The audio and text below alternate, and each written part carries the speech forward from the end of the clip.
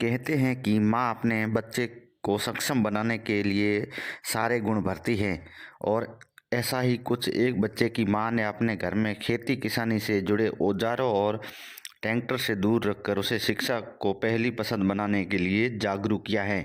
यही वजह रही कि वह बच्चा किसान परिवार से ताल्लुक़ रखने के बावजूद पढ़ लिख कर आज राजस्थान पुलिस सेवा का अधिकारी बन गया है। नागौर के कुचेरा निवासी धर्मेंद्र ने बचपन में अपने किसान पिता रामचंद्र डूकिया के ट्रैक्टर को चलाकर खेत जाने की बात कही तो उनकी मां बादामी देवी ने उन्हें ट्रैक्टर के हाथ तक लगाने नहीं दिया और कहा कि उसे खेती बाड़ी नहीं करनी है बल्कि पढ़ लिख कर काबिल अधिकारी बनना है।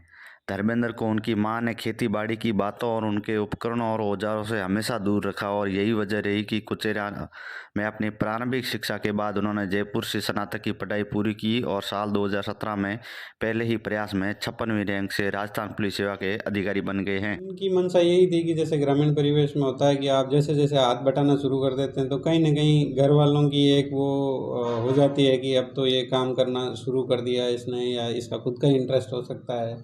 तो उनके मन में ये था कि वो हमें पढ़ लिख के अच्छा अधिकारी या सफल देखना चाहते थे।